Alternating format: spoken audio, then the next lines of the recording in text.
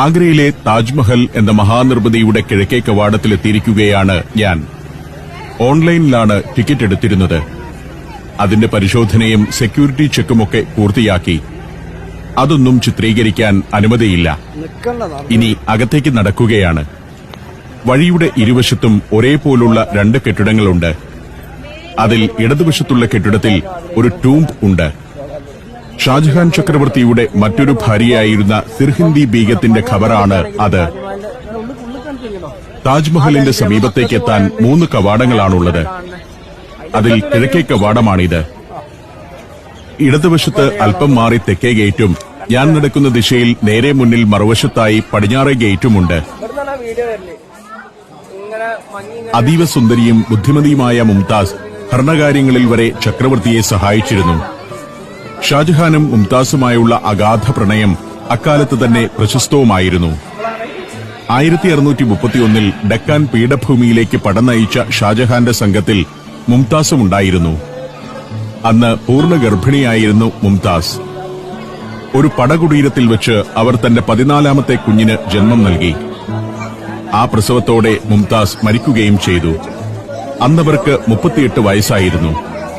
താപ്തി നദിക്കരയിലെ സൈനാബാദ് പൂന്തോട്ടത്തിലാണ് ആദ്യം മുംതാസിന്റെ മൃതദേഹം ഖബറടക്കിയത്. അവിടെ ഒരു താൽക്കാലിക കുടീരവും ഷാജഹാൻ നിർമ്മിച്ചു. ഇവിടമാണ് ഒരു പ്രധാന ഫോട്ടോ സ്പോട്ട്. താജ്മഹലിനെ പശ്ചാത്തലമാക്കി ആളുകൾ ഫോട്ടോകൾ എടുത്തുകൂട്ടുന്ന ഒരിടം. ചെറിയൊരു ജലാശയത്തിന് നടുവിൽ ഇവിടെ ഒരു മാർബിൾ മണ്ഡപമുണ്ട്. അതിൽ കയറി നിന്നാൽ താജിനെ പശ്ചാത്തലമാക്കി നല്ല ചിത്രങ്ങൾ എടുക്കാം. ലോക നേതാക്കൾ വരെ എത്തുമ്പോൾ ഇവിടെ നിന്ന് ഫോട്ടോകൾ എടുക്കാറുണ്ട്. ഈ പൂളിനപ്പുറം ഒരു മാർബിൾ ബെഞ്ചുണ്ട്. അതിലിരുന്നും ആളുകൾ ഫോട്ടോ എടുക്കുന്നു.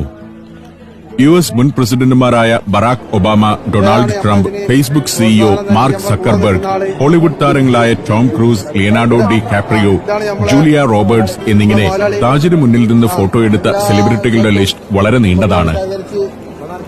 കുറച്ചു നടന്ന് ഞാൻ പിറകോട്ട് തിരിഞ്ഞു നോക്കി.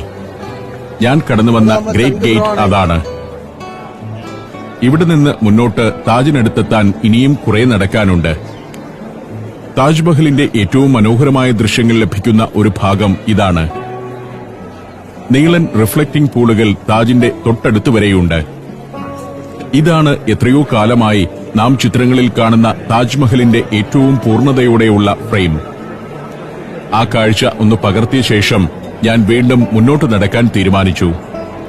തന്റെ പ്രാണസഖിക്കു വേണ്ടി അതുവരെ ലോകത്തുണ്ടാകാത്ത സൗന്ദര്യമുള്ള ഒരു കുടീരം നിർമ്മിക്കണമെന്നാണ് ഷാജഹാൻ ചക്രവർത്തി